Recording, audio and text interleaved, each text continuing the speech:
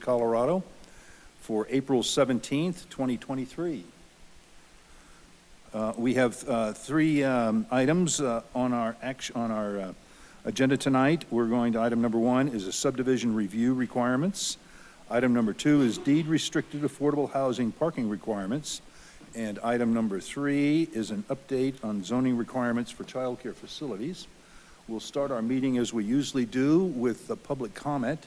You may come and speak to the council for any item that is on the agenda, any of those three agenda items, for 3 minutes under our public's right to speak. I don't have anyone signed up to speak, but if you are online, please raise your hand and we'll bring you into the meeting. And if you're here in council chambers and haven't signed up but would like to speak, you may do so now. I don't see anybody coming to the podium to speak now, and I'll ask the clerk if we've got anybody raising their hand online. No, Mr. Mayor. Okay, we will move past our public's right to speak and go to agenda item number one. This is subdivision review requirements. Mr. Goff. Great, thank you, Mr. Mayor. We are kind of on round two here of the Lauren and Scott show. They've been seeing a lot of them recently, so. All right. And yeah, great. But hopefully you read the memos. They're actually pretty interesting to read if you're a government geek. So Scott does a great job, and Lauren, of writing these. So three items tonight that we discussed several weeks ago. And so as you said, the first one is subdivision review requirements. Lauren or Scott, right away? Just turn it over to Scott. Before we go to commercial. Go ahead. All right, thanks, council. So the first topic is subdivision review requirements. We presented a little bit on this on February 6th, and at that time, council recommended coming back to a study session to discuss more requirements. I'm going to try to get really close to the mic. So this memo that I provided provides a summary of the items that could constitute an ordinance, and tonight we're really asking for consensus on either staff's recommendation or another path forward. So getting into it, the subdivision review procedures of the city, we have found are really out of alignment with other cities in the metro area and even more so nationwide. Wheat Ridge is a rarity in that subdivisions often are required to go to public hearings at City Council and Planning Commission, and it's based on a really small number of lots. So at February's study session, council generally agreed with staff's conclusions that the current requirements are flawed, mainly because we're asking for public engagement and feedback when comments cannot impact a decision. So just a quick recap, subdivisions are created for uses or developments which are already permitted on the property. And so seeking input on subdivisions is confusing when the proposed use or development is already allowed on that property. They create the impression that the proposed use or site plan is up for debate when really subdivisions are a ministerial action. So public input is really necessary when we're doing discretionary decisions, things like guiding documents, long-range planning documents, rezonings, plan developments, variances, special use permits, things that are kind of up for debate. But subdivisions are not changing anything that's allowed on the property, and they're designed to comply with the underlying zoning. So, and that means it's a ministerial action. We do have a lot of lessons learned from some of our public engagement efforts, and council and staff have increasingly prioritized meaningful public engagement and clear public information in keeping with national trends and practices. So in 2021, the strategic planning retreat, council identified new efforts of community engagement. Part of that was the launching of the Let's Talk program, and city staff established the community involvement task force, and that whole document is attached. But essentially there's three types of involvement: informing, consulting, and involving. So a public hearing is really considered consulting the public because we're asking for input. And the promise made to the community when consulting is that the community's comments and feedbacks will be considered in the decision-making process, and it's best deployed when something like rezoning is up for debate. But from the public standpoint, having public hearings for subdivisions can often create division, confusion, or even mistrust. And from a developer standpoint, public hearings for subdivisions introduce uncertainty and are inconsistent with other communities. And then from staff standpoint, we undermine public trust and expend a lot of resources requiring public hearings for subdivisions that are already essentially approvable under the zoning. So that was a little bit more information than I provided the last time, and I just wanted to give a little bit of an update on peer communities and what other communities are doing as well. Wheat Ridge's subdivision requirements are really unique, and that is City Council reviews a large portion of the subdivisions that the staff reviews, generally with the exception of right-of-way vacations. Nearby peer communities have reduced public hearing requirements, and many do not have any at all. So in the memo, there is a list of communities that have no public hearing requirements at all. National level, same thing. Public hearings are used pretty sparingly, and many have no public hearing requirements at all. One of the things that we took away from a recent presentation by the APA, American Planning Association, was the new Equity and Zoning Policy Guide, which I reference, I think, in all 3 of the documents tonight. And they really recommend that public hearings should only be required when there's a need to use discretion in applying zoning criteria and standards. And in the case of subdivision applications, there's not discretion because it either meets the requirements or it doesn't. So with all that being said, we are recommending some pretty big changes to our public hearing requirements for subdivisions. And instead of relying on public hearings, staff is recommending new ways to inform the public about subdivision applications. So we have 3 main recommendations tonight. Really, the first 2 are the big ones. The third is kind of a backup plan, I guess. But the first one is to remove public hearing requirements for subdivision plats, and with some exceptions. And one is when a variance is requested. Variances are up for debate. There's an actual list of discretionary criteria for variances, and that's something that already goes to public hearings in Wheat Ridge. So we're not proposing to change that, with the exception that Planning Commission would review that instead of City Council.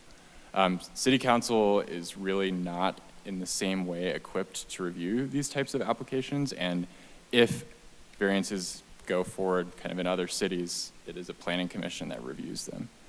And the other one is when city right-of-way is being vacated. This is pretty much the case nationwide where City Council gets to review right-of-way vacations. It's a city asset that we're giving up, and that's something that we would recommend keeping in place.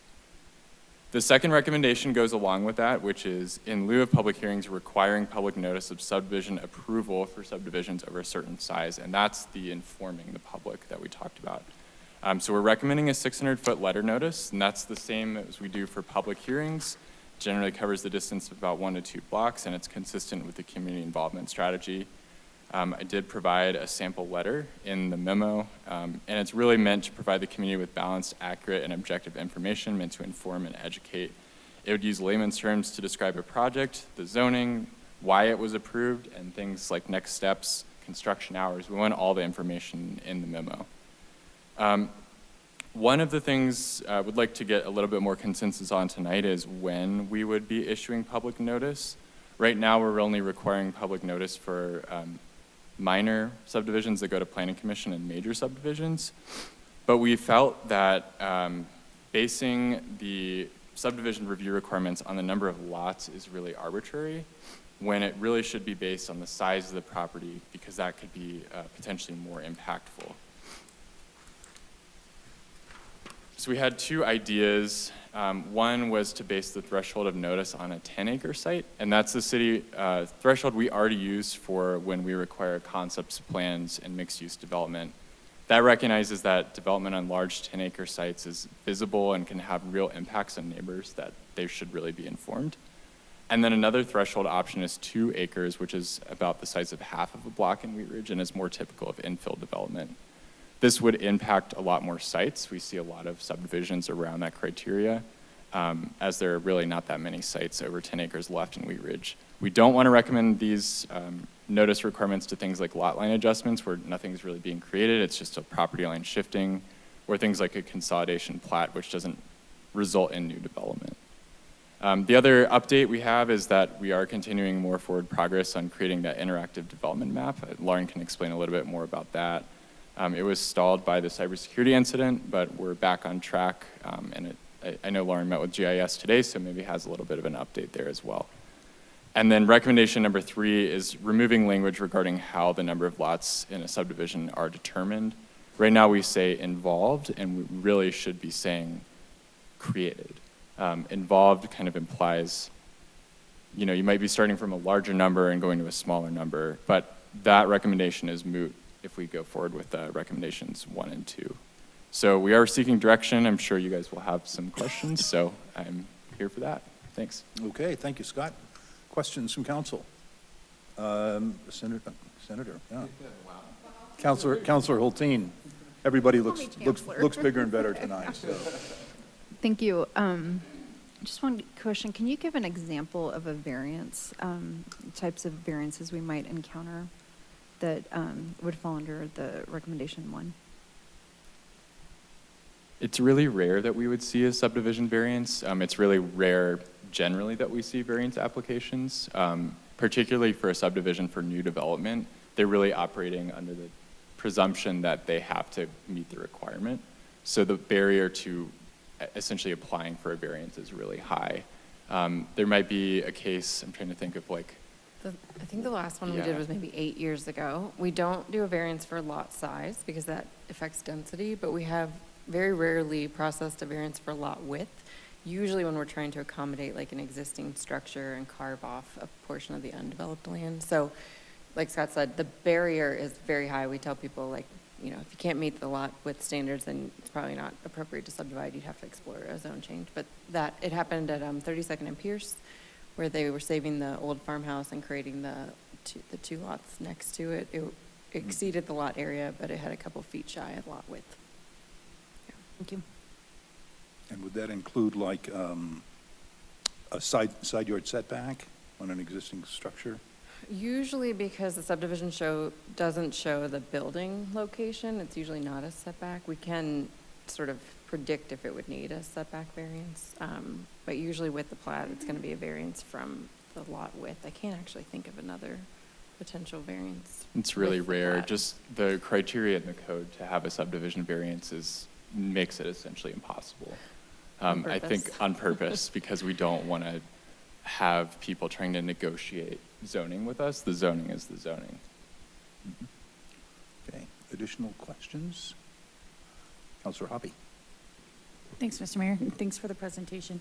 This has long been kind of a thorn in my side that when we are looking at subdivision plats and it just feels disingenuous to have the community come and give us their comment, knowing that it's already reached all of the thresholds and that, you know, without trying to get us into any sort of legal bad waters, you know, we have to approve it. And so to me, I think this is absolutely the way to go. I don't think it's fair to say, come give us comment, but actually we can't do anything about it. And I support recommendation 1 and 2. I support the variances going to Planning Commission. We appoint Planning Commission as city council, and so if we don't trust the people we're appointing, then we need to look at ourselves and do a better job of getting people on Planning Commission. Oh, and then also I do think that I think we should go by 2 acres rather than 10. We really don't, what we'll have in our community may be smaller infill development, and 10 acres is not, there's very few rare opportunities for there to be a 10-acre community. Thank you, Counselor Ohm. Thank you, Mayor.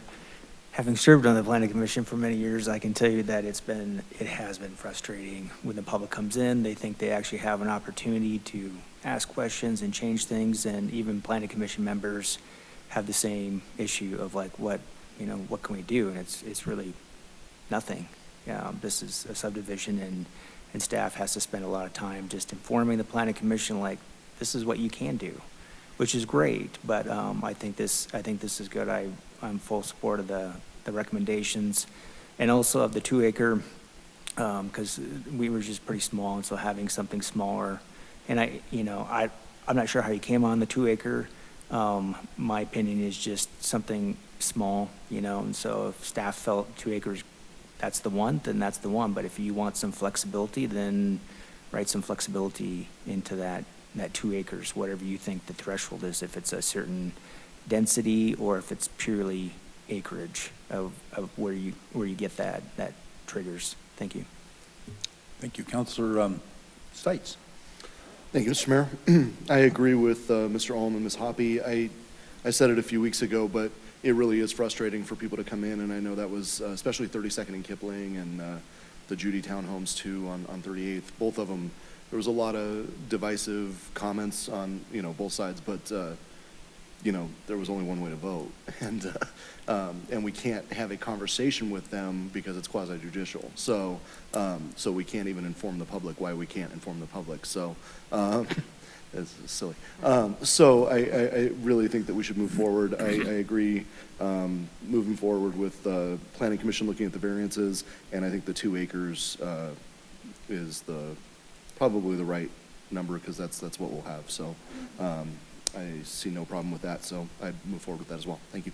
Thank you. Councilor Weaver. Thank you, Mr. Mayor. Wow, I seem louder than everyone else who's spoken so far. Okay, should I back up from that? I just agree with my 3 colleagues, and I just want to echo Mr. Ohm's comments from spending many years on Planning Commission. It's frustrating on the dais, it's frustrating for people to come in, and so I think these are all very good moves. Thank you. Thank you, Councilor Naslebeck. Thanks. I agree with everything that's been said as well, and also just want to apologize for being a little late. I was trying to get my car to charge, and it wouldn't get on the charger. So I'm here, and apologize. But wanted to also say, just as a counselor who was on the dais and kind of learning as we were going, these things coming to us, and, you know, it was hard to not make decisions about these things, but we didn't really have the power to do that, and there's a ton of confusion out there, even amongst us as counselors, when we see this stuff coming to us. And so I just am in support of this, basically in a transparency and clarification way with our community. And I just would encourage, this is the way things have been done for as long as we've known. And I think that, you know, with all of the great ways that we've been communicating with our community recently in the past few years, I think it'd be great if we could do a how-to, participate with the Planning Commission, and make sure that voices are still heard as we're making these edits. Thanks. Thank you. Additional comments, questions? Councilor Hulteen. Thank you. I'm just chiming in that I agree with my peers. I support removing it coming in front of council, except for the recommendation in suggestion 1. And then I also support the 2-acre threshold for notice. One thing it just kind of dawns on me, and this is just a little bit of nuance, let's just assume I'm the version of me that moved here in 2012 and not today. The notice letter, I like it. It's still it's not quite plain language enough for me. And I think including, if we've got anywhere on our website that like refers people to go, you know, take a look and learn about zoning or whatever, because this may be the first thing someone gets. And again, looking at the recommendations, and I really like seeing the outline on our community engagement strategies. The letter does seem to invite a little bit around like, oh, I might care about this.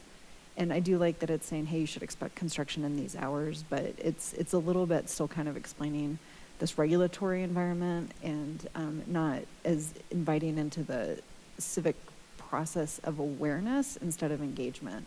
So my only recommendation would maybe to plain language the letter a little bit and include some resources for citizens who are more curious to learn about this, so that they know what to do with it. Thank you. Councilor Dozman. Thank you. So I have a question for staff. Do you know offhand how many communities continue to bring subdivisions to council? Like just. It's pretty rare. I think there are some communities that have some thresholds where they would go to council, but they're often tied to things like rezoning. So that's something that would already go to council in Wheat Ridge. So having like a separate subdivision doesn't really seem to make a lot of sense, at least with our process. There are some limited communities that do have public hearings that go to planning commission or council, those definitely are in the minority and tend to be communities that have a lot of council control. Golden is one example, although they've exempted townhomes from their subdivision process, so there's still things that are less restrictive than Wheat Ridge. But the vast majority in Colorado have almost no council involvement with subdivisions. And so this new process would, if there were a rezoning and a subdivision, would it be rolled into the vote at council, or would it be treated as a completely separate issue? So then we would see the rezoning, and then the subdivision would go to an administrative review. Right, you would see the rezoning. In some cases, like a planned development, you would see the planned development as well. So think about Clear Creek Crossing, where you saw like the different development areas and where access would go. So that kind of gives you an idea of where the lot lines would go for a subdivision.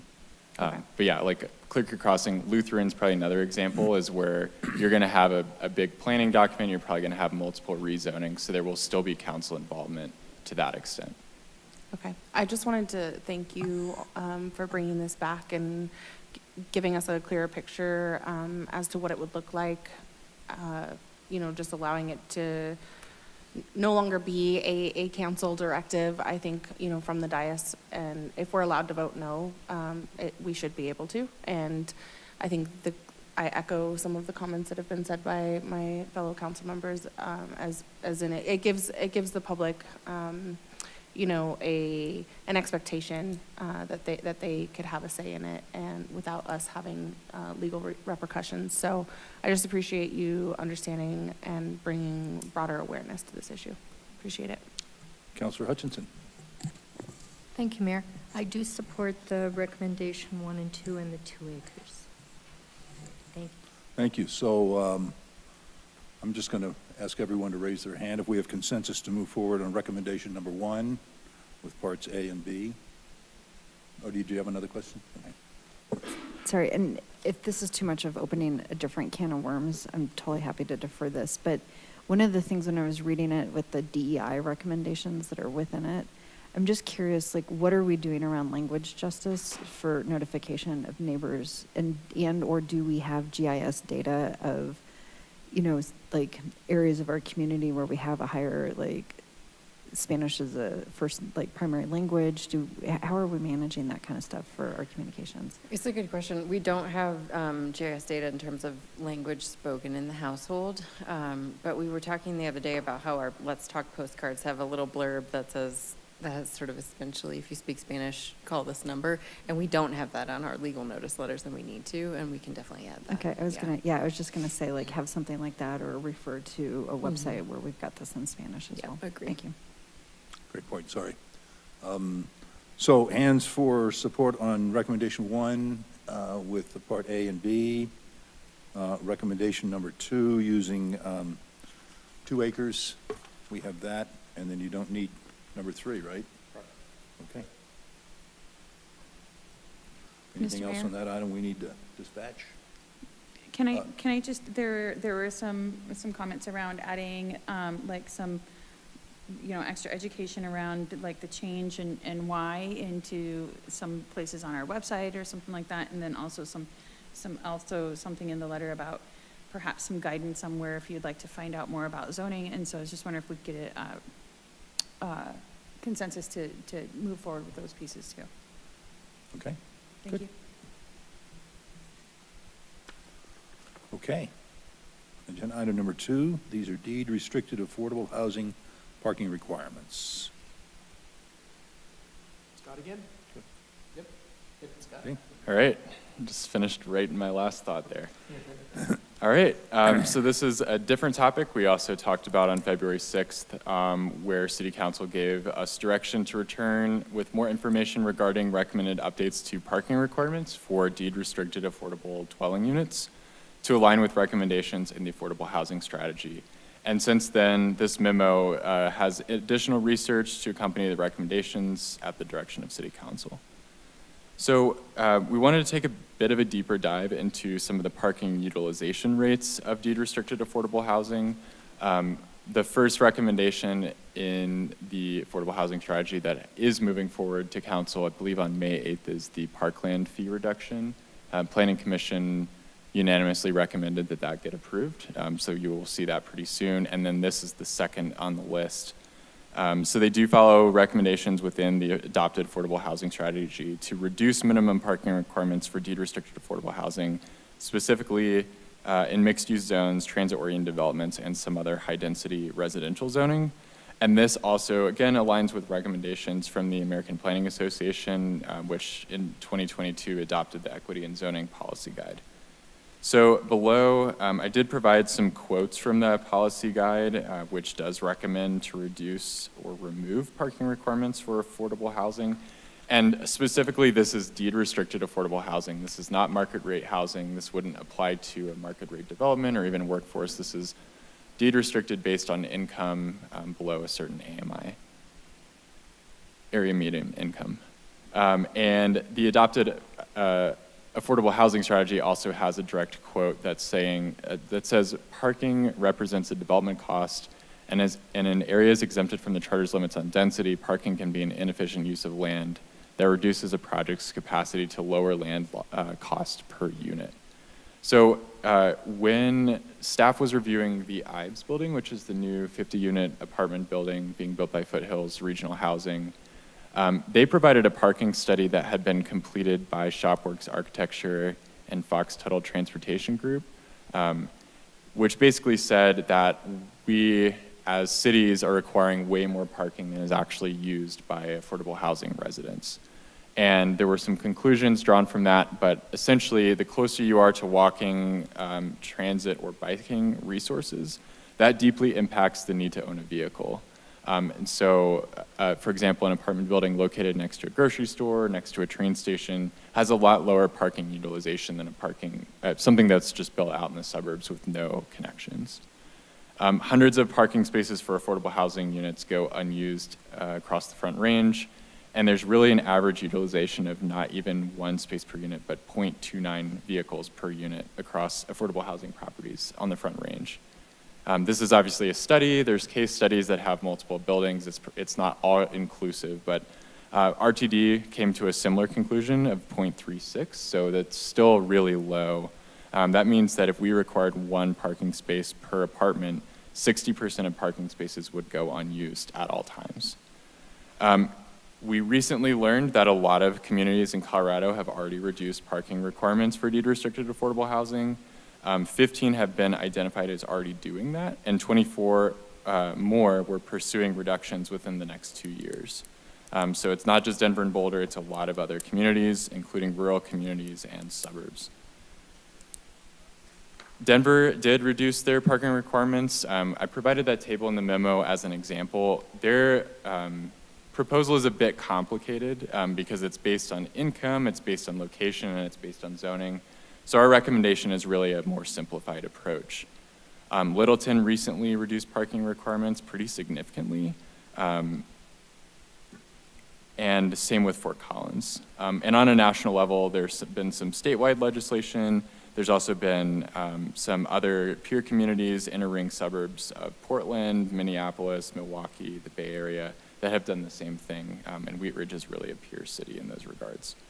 So based on that based on that research and based on peer communities and what other folks are doing, we are recommending a reduction in the parking requirements for deed-restricted affordable housing, taking a 3-tiered approach. The lowest requirements would be for those at the TOD area within a 1/4 mile of a fixed Guideway transit station, down to 0.25 spaces per unit or 1 space per unit maximum. Within our mixed-use zone districts, which is Wadsworth, 38th Avenue, some of Kipling, reducing that requirement to 0.5 spaces per unit minimum or 1.5 spaces maximum. And then multi-unit projects within the R3 zone district, reducing from 1.5 to 2 spaces per unit to about 0.75 to 1 space per unit, depending on bedrooms. Those recommendations would only affect units that are deed restricted and income restricted. They wouldn't affect existing requirements for accessible parking, which is required by state and federal law. It wouldn't affect requirements for designated loading areas, and it wouldn't remove the allowance for staff to ask for on-site guest and loading spaces. We recognize that not all sites are the same. Not all sites have adjacent on-street parking, and in those instances, we have and continue to will recommend that there's additional guest parking on site, and the code allows us to do that. We really, at this point, are trying to defer a lot of this to the affordable housing providers. Foothills is really an expert in building and developing deed-restricted affordable housing projects, and they best understand their demand. They're going to build what they need to lease up the buildings. And so allowing a more market-based approach and relying on the experts of APA and Foothills, the city can really help reduce burdens on building affordable housing. So we are seeking recommendation and direction on the proposed requirements on page 3, namely the proposal to require parking for deed-restricted affordable units at a rate of 0.25 to 0.75 spaces per unit, depending on the context. Thanks. Thanks for that presentation. And thanks for answering some of the things we brought up and asked. I'm just trying to get my brain around, what does it look like if you have some units in a building of other market rate? Does that make sense? Like, what does that look like? Yeah, so in that case, we would do essentially separate parking calculations. They would let us know how many units are going to be deed restricted, and the lower parking requirement would apply to those. And then we would assess the standard parking requirement to the regular units. So those two would add up then to the total required. So if I am one of those participants in a lower income opportunity, will I have less parking available than my person next door to me who's paying market rate? That would be up to, at that point, the landlord. We don't get Okay, does involved anybody in know that. how that has worked in other places, or? I was just curious, it might be a way to identify people, and I just was curious how the law kind of looks at that. Do you have any comment? I don't. I would hope that no developer would differentiate, but Yeah, I yeah. mean, I suppose there's always that. Yeah, that I was just- Yeah. Just curious as I was thinking about it. Yeah, it's a Thank good you. question. I haven't heard anything. Lauren, I was just going to say, so federal fair housing laws sort of disallow you to identify who's who in a project. And we could, we do that calculation similarly for like a mixed-use building. We'll do one calc for office and one calc for retail. We don't have to disaggregate that on sort of the final documents, so that can be sort of a working calculation, but it doesn't get advertised. And we can certainly ask that question of others. I haven't heard that come up. Fruitdale is maybe one example, not one where we did a different parking calc for the 5 deed-restricted units compared to the other units in Fruitdale. It just sort of all gets pooled together, and they don't assign parking stalls that I'm aware of. But yeah, it's a good point. Councilor Hoppe? Thank you, Mr. Mayor. So as I understand it, our community, our parking requirements are already pretty high compared to our neighboring communities. Is that true? I think that's fair to say. They're higher. I think so, yeah. So I support this for deed restricted. I also support maybe eventually coming back and looking at our parking requirements in general. And one thing I just wanted to ask is, when we, like, let's say, the apartments, the 38th Avenue apartments, so they have a garage, right? So they had required parking or whatever. They have a garage, but you have to pay to utilize the garage. And so oftentimes what we see is people not paying and parking on the street. Is there any way that we can require builders to not charge for the garage? So like if the parking requirement's reduced, then you cannot charge for your garage. I don't know that that's something you typically see in the zoning code, though we can certainly look at it. I know when we had that issue, similarly, it was happening at Lucky's. People were parking on the surface lot inside the building, and we asked, is your parking bundled into your rent, or is it an add-on item? Because when you can get the same amount of money if you just say your rent is $100 more, or whatever it is. We get different answers depending on who we've asked. I don't think that was the case until the property management changed at West End, so that may have been their choice. I've not seen it as zoning code, but to your point, we didn't look sort of more comprehensively at parking requirements, and we can look at that too. Great, thanks. Well, as it sits here, I support this for the deed restricted. Counselor Holm. Thank you, Mayor. I do support what you're recommending for the deed restricted. And my thought on the off-street parking is that it's a big issue everywhere. And I often see people in my neighborhood that have, they understand they can park in the street, and so they take their garage out and they make it into another bedroom. Until there's some thought that until, we change that somehow, and we're nowhere near that, and you start having, a 2-hour parking limit like Denver does, that's the lowest hanging fruit, is to park in the street right now. And I do know that working with developers, that the garages are always a premium because they can get the premium. And people will always, depending on their economic status, they'll park where they can. But I do support the city's efforts. I think this is a good step forward. I do have just, I don't want to go too far down in the weeds, but I'm just curious about what is the deed, I guess, if you could just give me as far as deed restricted, what is that parameter? What does that look like? Is that something that the city said? Is that something that our consultant said, here's the verbiage of that deed restricted? And I'm not I don't want to tie up council's time, but I'm just kind of curious if you had an answer for that. So the deed restriction component usually comes from whomever is sort of financing the project. So CHFA, Colorado Housing Finance Authority, when they are contributing low-income housing tax credits, they will be the ones who underwrite that deed restriction, essentially. It happens with HUD will do that too. So Fruitdale received home funds, which were administered through the county. So Jefferson County and HUD had to approve that deed restriction. So we would only be writing that deed restriction if we were the ones sort of creating it by, and that may happen in the future. If we do this housing preservation program, we offer money from our housing fund and say in exchange for deed restriction, we would be in that business too. But at this stage, for the purpose of this requirement, they would just need to show us that they've gotten a deed restriction through one of those other entities.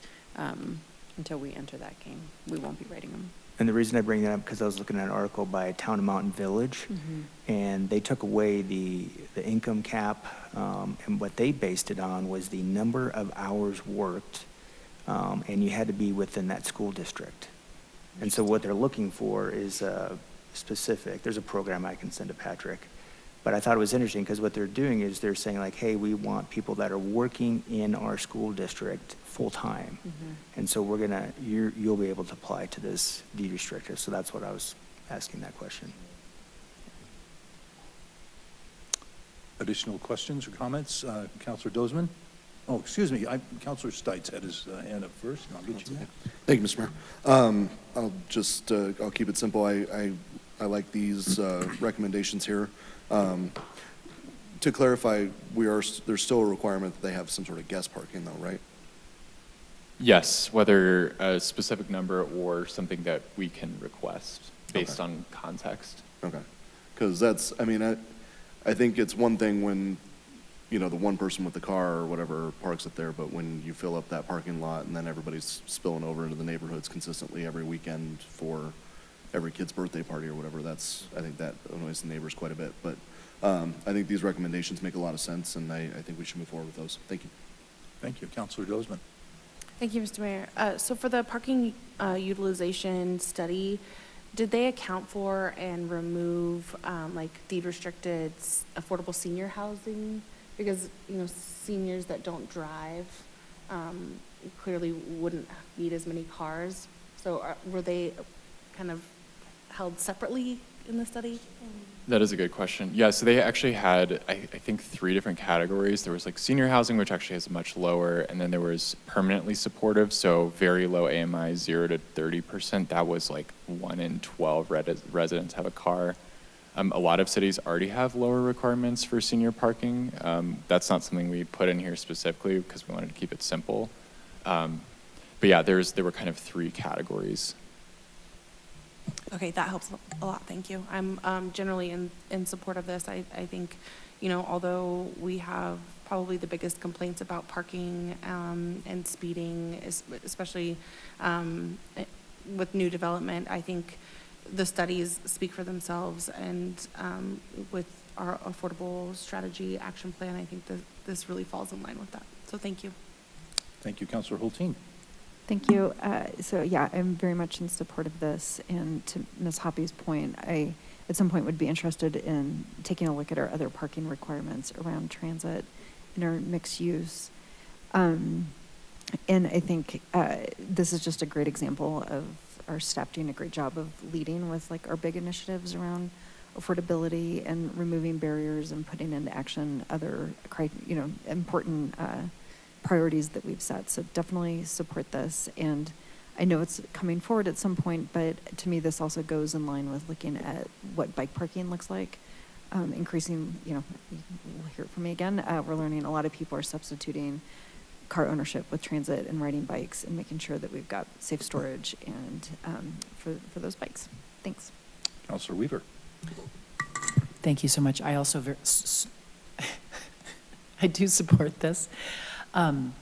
Going back to what Councilor Ohm said, however, I think is also worth notifying when creating some sort of conversation with the community about the fact that the expectation is that most of their vehicles will be stored on their property, and that they don't necessarily own the parking spot in front of their house, and that's public parking. And I think that is a very misunderstood thing in Wheat Ridge, that you don't own the parking spot in front of your house. And I think there just needs to be some education around that. At least I would appreciate that, because it's a tough conversation. I know Councilor Stites and I have dealt with it in terms of some of the group home issues, and having that conversation of how parking is shared on a street. It's kind of like the previous conversation about the public hearings, and sort of, we have to start with what the law is and go from there. So I would very much appreciate some education around, certainly as we're dealing with density around Wheat Ridge and we're creating more housing, we have to talk about the conversation of the parking. Thank you. Additional questions or comments on this item before we go to a consensus? Councilor Hutchinson. Thank you, Mayor. Caesar Square, that's the affordable Yes. housing? Yes. Well, all you have to do is go down the street and it's loaded with cars, And people are going, not every place has driveways. So at their houses or whatever, so where are they supposed to park? But also they might have more than 2 or 3 cars, depending how many people live in the house, So parking on the street, that's not a big issue about where I am, and I really appreciate that. But I know that it is in different places, but to think that people who are going to be in affordable housing, or even seniors or whatever, don't have cars, no, they do. And they'll find a place, Like even at 38th and Upham, they park in the school parking lot. So they just find a place, and they're going to park there. And also, it's very important to have guest parking, because if you're going to have a place that's got 50 apartments and you've got 3 spaces for guests, then the guests are going to be all over on the streets too, So that's important to have that. Thank you. Thank you. Additional discussion before we go to a consensus? Seeing none, all in favor of the recommendations outlined on page 3, I guess, consensus on that? Looks like we do. Okay.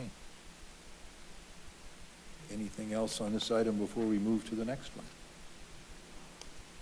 Okay, we're not going to cut to commercial quite yet, but we'll go to agenda item number 3. This is updating requirements for childcare facilities. I'll maybe just give a quick blurb, because this one admittedly is new. We did not talk about this topic in February, but it is coming to you because we knew we'd be here and we want to geek out on code, and because frankly, we've gotten a few inquiries over the last several months, maybe even a couple of years, regarding childcare where we had to say no, and it was like a gut check moment for our team of like we've said no a lot to things that feel like they might actually be appropriate. And when it most recently came in, we kind of just huddled up and said, we're touching a lot of pieces of the code. Let's just throw them another topic and see how it goes. We had actually some of these maps from years ago when we had some gut check moments with the restricted commercial zone district. So thank you for indulging this new topic. And I'll let Scott go ahead and describe what pattern we've been seeing. Yeah, thanks, Lauren. That's a really good context. We have gotten a lot of inquiries in the past couple years about childcare. I think it's probably one of the biggest requests that we get, maybe, in terms of people wanting to open and then realizing they can't in a certain location. So we recognize that there's a major lack of childcare, and this was actually recognized as well, bless you, in House Bill 21-1222, which was passed in June 2021. And one of the things that the legislature recognized was that zoning codes can actually present a big barrier to entering the childcare market. We didn't really have the capacity to explore code updates at this time. We're going to try to do it now. So we have a little bit of background in our code. We have two types of childcare facilities.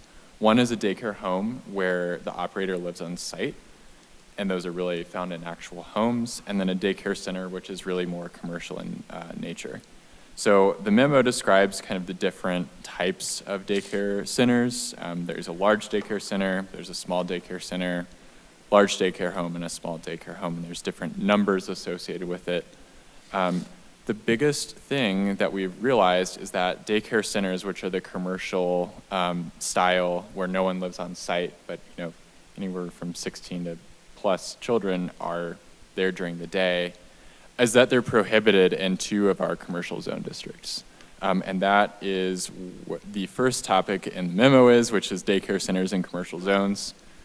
So we've got 2 commercial zones in the city that do not currently allow daycare, the restricted commercial or RC zone district, and the NC neighborhood commercial zone district. These were established with the original zoning code inherited from Jefferson County in 1972 and really have not changed since then. That's 51 years. They're located primarily on commercial corridors or collector roads, 44th Avenue, Kipling, Harlan, and portions of 32nd Avenue. They're not located in areas of the highest intensity of development, and they're really intended to be lower intensity zone districts than the standard C1 zone district. But they still do allow for some commercial uses, including neighborhood-oriented services. But despite this, for some reason, RC and NC both prohibit daycare centers of any size. We believe that these sites have often an optimal location, size, and configuration to accommodate childcare facilities, and we get a decent amount of requests about these locations. They're often located near residential areas, but still on collector or arterial streets. They're not embedded in neighborhoods, and they often include a converted house or a small commercial building or even vacant lots. Because of this, we are recommending the zoning code be amended such that large and small daycare centers are permitted in both the RC and NC zones. One of the options that we have done in the past is allow rezoning to mixed-use neighborhood, the MUN zone district, where daycares are permitted. And that's viable for some of these properties where they're on a really busy street or already in a heavily commercial area. But we recognize it's not appropriate in all cases. And this is really where an RC or NC zone is next to a neighborhood and we don't feel it's appropriate location for high-density residential. So, for example, 32nd and Wadsworth was one where there was a townhome development proposed that was denied by council. MUN staff felt was not an appropriate option just because MUN also allows a lot of other uses, drive-throughs, apartment buildings. So it's a solution for some of these cases, but not all of them. And so one of the options would just be to allow daycares in RC zones are in the city. This map's from 2016, so a couple of those have actually been rezoned to MUN. But you can kind of see they really are located on these kind of first and secondary commercial corridors, Harlan, 44th, Wadsworth, and Kipling. We're really not sure why childcare facilities are prohibited in NC and RC. There's really no evidence in the zoning code to explain why.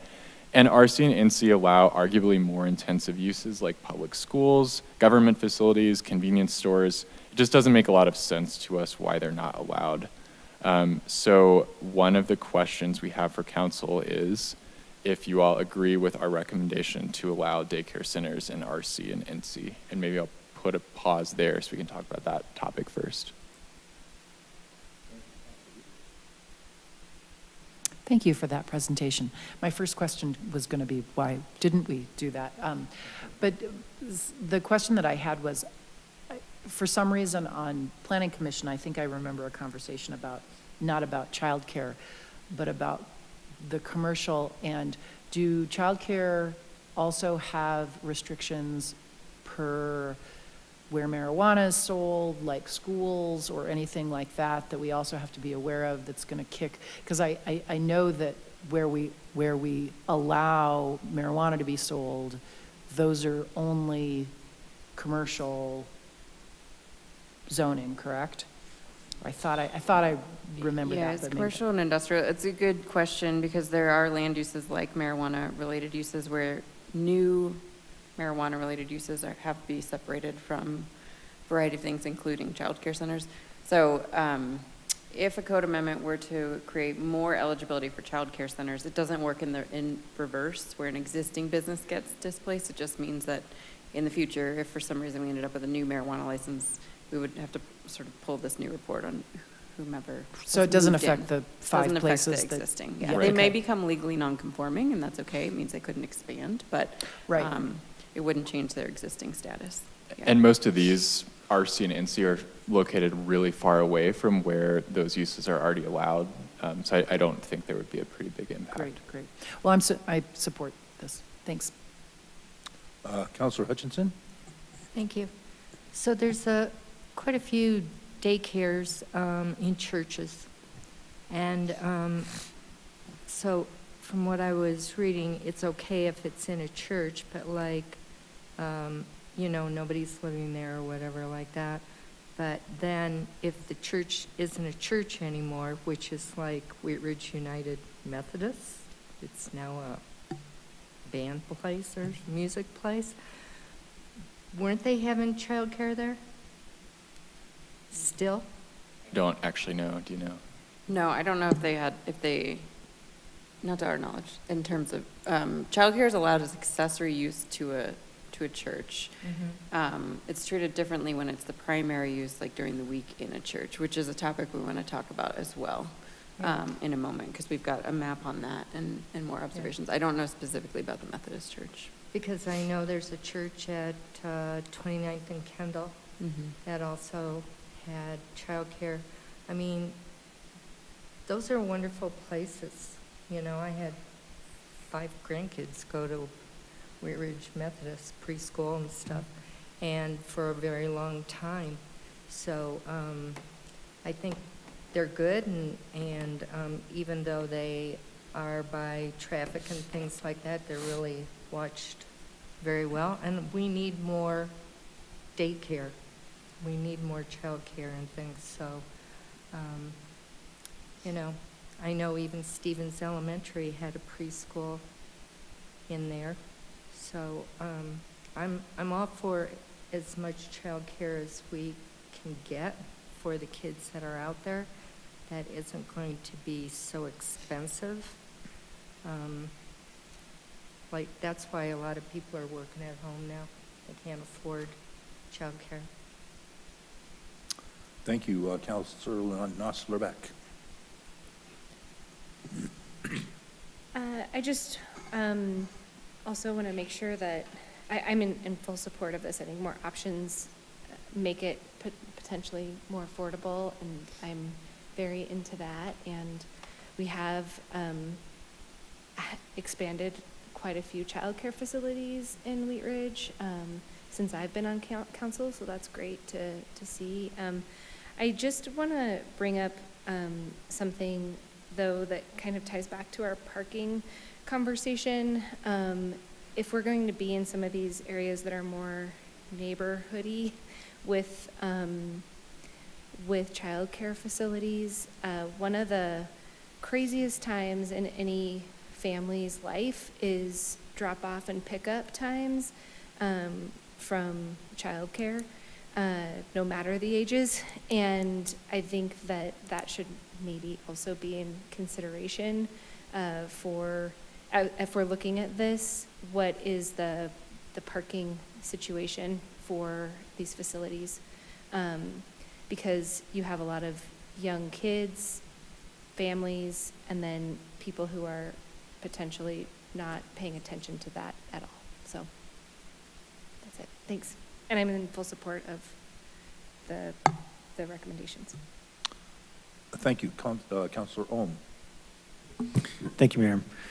One question I had was, could you tell me about this very large restricted commercial that it's on Kipling, north of the rec center and across the street, that appears to be in the floodplain?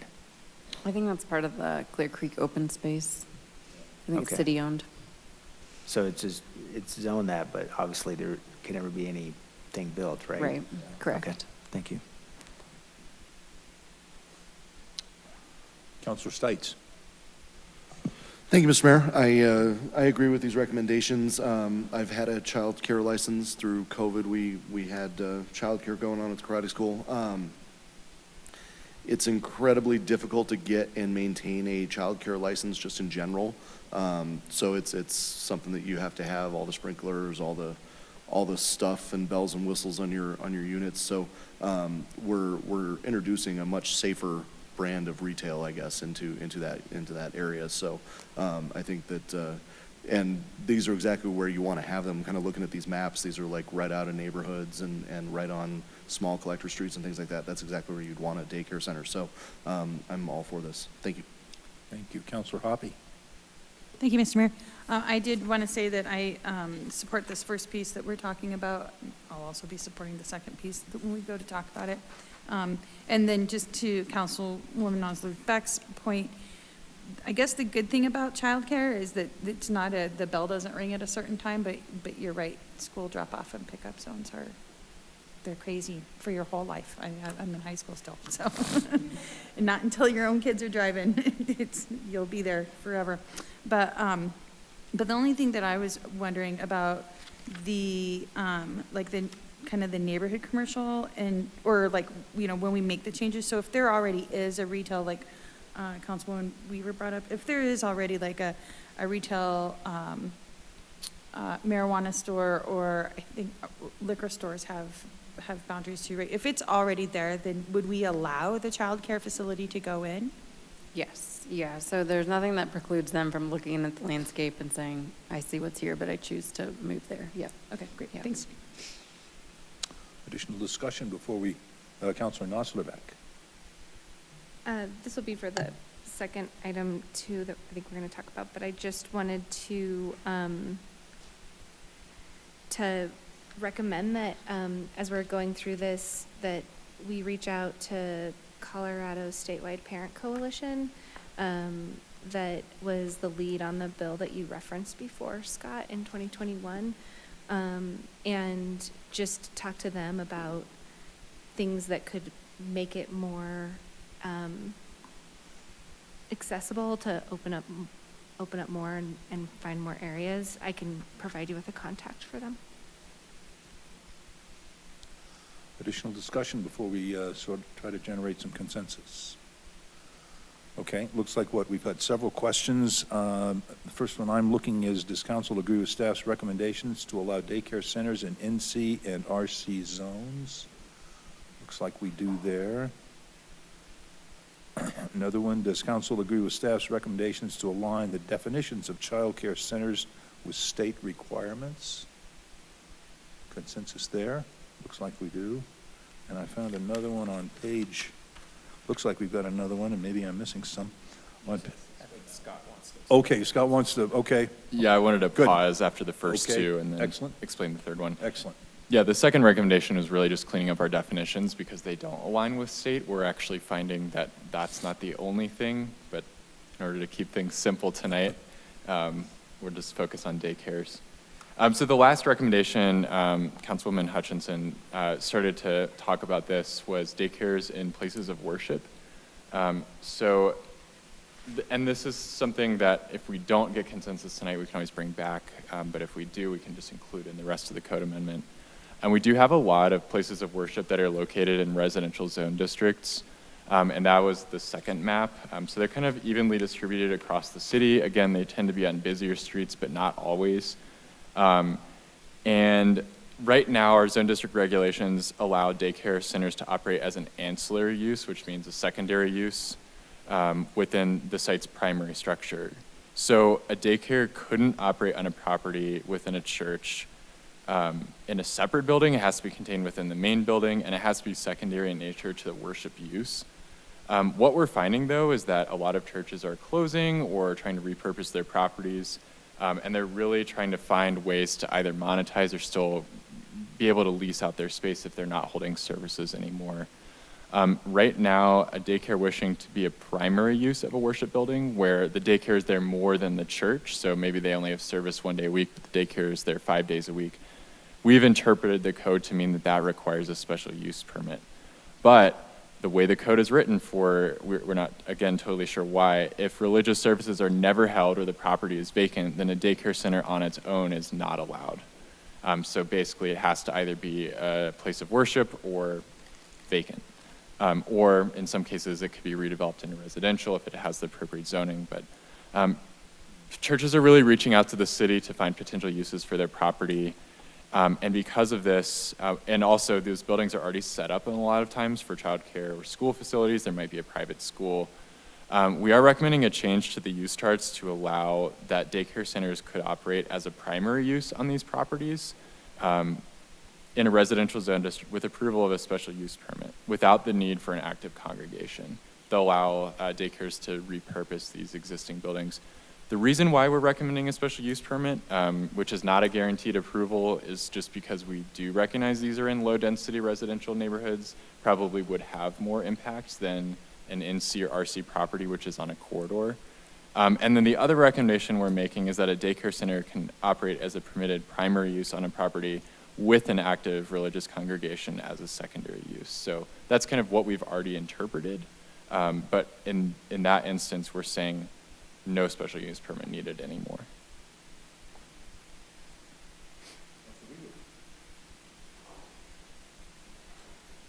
I am in full support of this, and I think this is a great opportunity. And just to Councilor Nazarbeck's point, churches often have pretty large off-street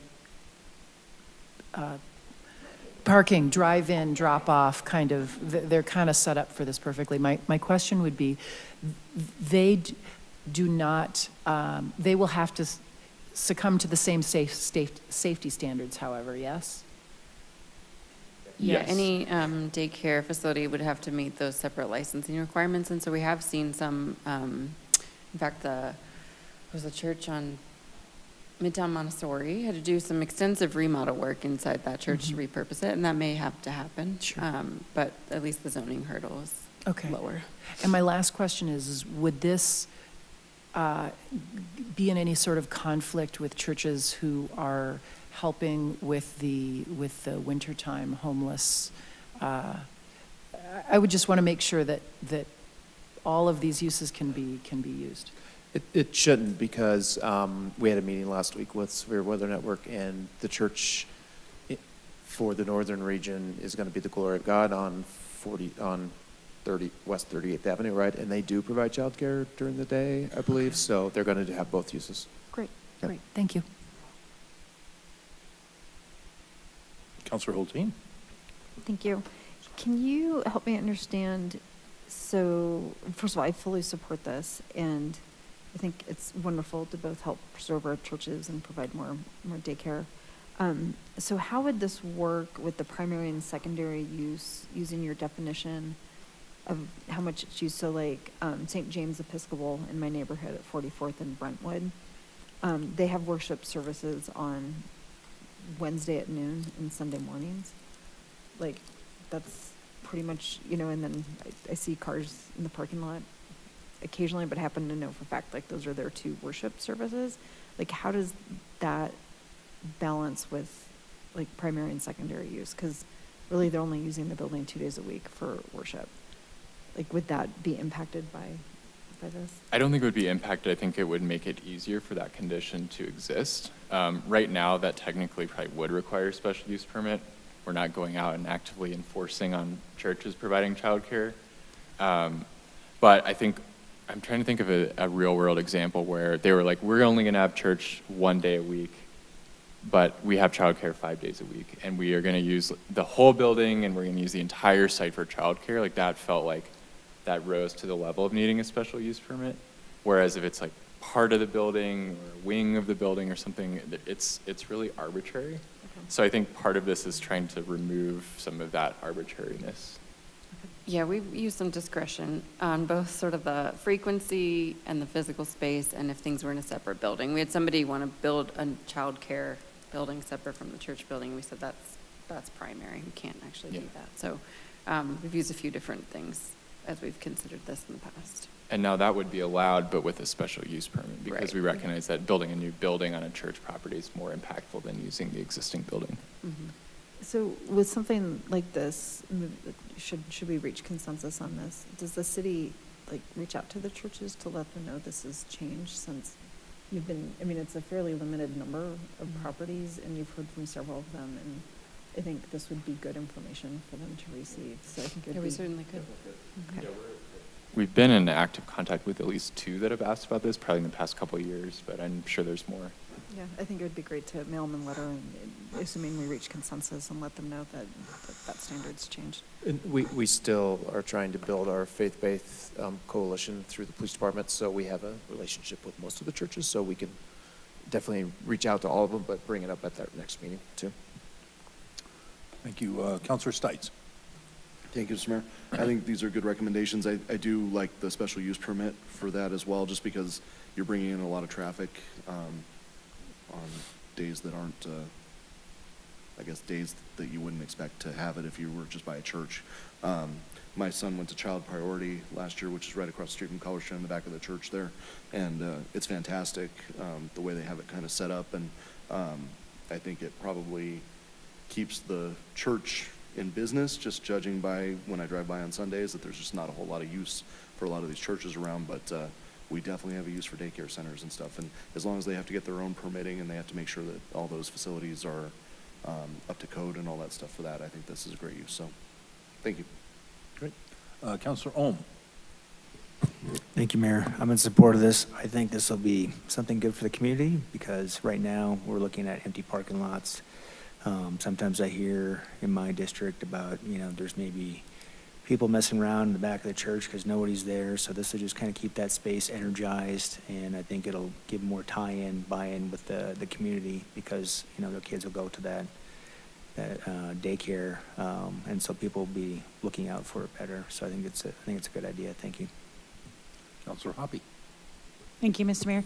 Yeah, I also agree with this. I think it is a good way to activate some low-used properties in our community. One thing about special use permit, I think it's been several years now, maybe 3 years ago, I brought forward some changes for our special use permit process, which meant that one of the criteria was that if there was an area plan in place, that the special use, the person who's applying for the special use, that special use has to be in line with that area plan. But I just want to also bring up to you guys that special use permits don't necessarily have to be approved, right? So if it comes to us and we don't feel like it's appropriate, then we have the opportunity to say we don't feel like this is appropriate here. But Lauren, can you remind us just a few other things that are on a special use permit? The criteria Yeah. for review, yeah, it's a good point. An SCP is discretionary, and essentially it means that this land use may or may not be appropriate depending on the location, the context, and the operational characteristics. So some of the criteria relate to impacts, traffic and utility impacts, code enforcement history, compliance with comp plan and other adopted plans. There's like 9 criteria. I'm probably missing several. Impact of the character of the area. Compliance with the architectural and site design manual. It's actually more criteria than for a zone change. And the process is a neighborhood meeting first, and then an application, a public posting period. If staff believes it meets the criteria, and if there are no valid objections, then it can be approved administratively.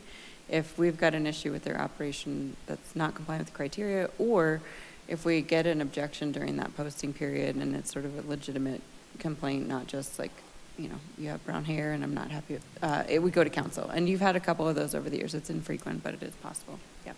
And the SUP also allows staff to evaluate things like site planning and parking, circulation, all that good stuff. So it's not just getting approved. We actually look into all of the traffic considerations as well.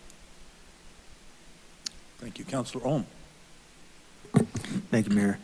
One other question I'll throw at you is, what is and this is kind of, I guess, for staff, is what does the city do in special situations for like unaccompanied high school students, you know, where they don't have a home, they want to go somewhere, they don't have someone to kind of speak for them, and they might want some type of housing?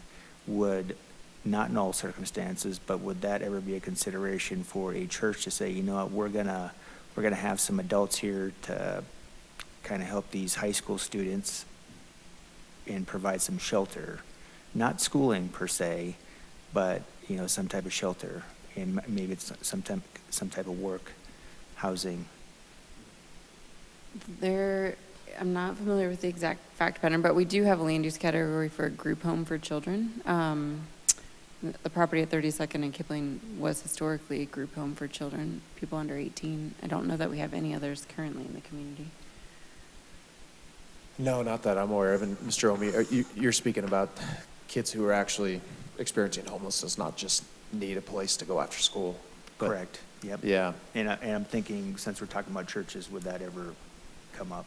yeah. If that would be a allowed use in a church, maybe. Is your question? Group homes for children are Yeah. permitted use with 8 or fewer residents in all residential zone districts. I don't know what the licensing process looks like from the state. And for churches, I think there's, you know, we've gone through this a little bit with the severe weather network of like, there's permanent residential occupancies, which require certain things in the building code, and then temporary. So it is a use that could be accommodated, I think, in both the zoning and the building codes in some way. Additional questions or discussion on this item? Okay, so it does look like that staff is recommending on page 4 in the middle, changes to the use charge to accommodate the following, and I'll let you read those. Do we have consensus to move those recommendations forward? We do. Okay, check that one off. Thank you. Any additional work on item number 3 here that we need to That's it. Thank you. address? Okay. Thank you. Once again, thank you for the short synopsises or synopsi, I'm not sure what it is, but we appreciate it. So we'll go, let's see, we got 1, 2, 3, good. Staff reports, Mr. Goff. Sure. Thanks, Mayor. But first of all, thanks, Laura and Scott. Great job on that. Thank you. Very productive discussion, council. Next Monday, regular council meeting, you'll see on your chair, or at your chair, is the 44th Avenue Sudbury Plan. Wanted to give you a few more extra days to look at that. It's most of it's the same that you saw a few months ago, but I think the action plan is the newest portion of it. So if you digested this fully the last time you saw it, just look at the action plan. That's really how we want to implement this plan. But we'll be asking you next Monday night to adopt this as an amendment to the city's comprehensive plan. So excited to take that project off also. Speaking of the land use and zoning, as you all know, the Senate Bill 23-213 is making its way through the legislature. We talked about it at council a couple times. You approved a resolution in opposition of the bill unless amended. We did send that off to Senator Danielson and Representative Duran, and also to the entire Senate Local Government Housing Committee where the bill is being heard. There was over 12 hours of testimony on April 6th on this bill. Some potential amendments have been drafted. We're still trying to review those. The Local Government Housing Committee is going to take this up again tomorrow, 18th, right? It's tomorrow. There won't be any further testimony on the bill, but they're going to consider amendments at this time. We expect, CML expects that the bill is going to be heavily amended, but we don't truly know exactly what those amendments look like. We've seen a full list of amendments, but we're not sure what's actually going to get put into the bill. So CML still opposes the bill unless it takes out mandates on local governments. So we'll see where it goes. Anything to add to that? You've been pretty tied into that. You know, it's sort of in the amendment process. We'll need to see what comes out of the committee hearings. Yep, that's all I got. Okay, that's all you got? We will then go to elected officials' reports. I'll start with my clerk in the back. Thank you, Mr. Mayor. At a regular council meeting sometime in May, I'll have a full verbal report on the status of the referendum petition to reverse ordinance 1744, a number which is now tattooed on the inside of my eyelids. And all the details. I don't think it will last longer than 3 or 4 minutes, and I can certainly do it during the elected officials matters. There is one more deadline established by the district court. Basically, this Colorado law requires that the plaintiff, meaning the protesters against our determination that the petition was insufficient, must pay for the cost of recording all of the hearing that was held. And that cost is in excess of $4,000 because of the length of the hearing and the time it will take a certified court reporter to do that work. We even offered to pay half of that cost. But we still haven't heard from the plaintiffs in that case what they plan to do. On the 27th of April, they must either pay the $4,200 to the city, or the judge has ordered that their appeal will be dismissed summarily. So after that date has passed, I'll have more details. At this point, the lawyers are telling me, under no circumstances, whether they put up the $4,000 or they don't, do they have any basis for getting the court to reverse the decision Judge Basso made. So I don't see any way that this petition is going to suddenly be declared sufficient. But at this point, we'll wait another week or two, and then I'll start with July 11th last year and tell you what happened. Contrary to what you may have heard elsewhere. Thank you. Thank you. Other elected officials' reports. Councilor Noslerbeck. I guess I'll do it at every meeting until we're past it, but Wilmer Davis is having their big last hurrah on May 10th from 5 to 7. So stop by if you are an alum or a community member, or just want to check in with everybody who's going through the big goodbye to Wilmer Davis. Thanks. Thank you. Additional elected officials' reports. Councilor Hutchinson. Thank you. Thank you, Mayor. Just a reminder, this Saturday is going to be a health fair at Arvada Community Church, 5555 Ward Road. I mean, it's really a great thing, you know, even if you have insurance and you just want to talk to somebody, or, you know, gets blood pressure done, some labs done, whatever. It's great that they've started these up again. Thank you. Thank you. Councilor Hulteen. Thanks, Mr. Mayor. Thanks for the update on House Bill 213. Having been following some of the amendments coming forward, I won't really talk about the House bill other than a lot of what it's trying to accomplish are things I think we're really leading with here. So I just want to recognize that, there's a good reason this House bill is up in front of our legislators this year, and it's creating quite the conversation. But I think really the meat of it and the problems it's trying to address, I think we are doing an exceptional job of in this community, and I'm really proud of that. So I just want to recognize, and I think this seated council is really responsible for a lot of that forward thinking in terms of housing affordability and land use. So, wherever 213 lands, we're solving our problems in I think a really thoughtful way. And I just want to recognize both my colleagues and our staff's work on that. Thank you. Councilor Weaver. I just wanted to thank planning staff tonight for presenting what you did, and I really appreciate the last thing that we talked about regarding the churches, because I think that it also keeps a lot of form and shape in Wheat Ridge that people really love, from sort of mid-mod to sort of later 70s architecture, and I think it's a great way of keeping some lovely open space in our community within residential neighborhoods. So thank you for bringing that forward. Appreciate it. And of course, the other things too. Okay. Additional elected officials matters? Okay, let's see, we are back here a week from tonight at a regular meeting at 6:30 PM.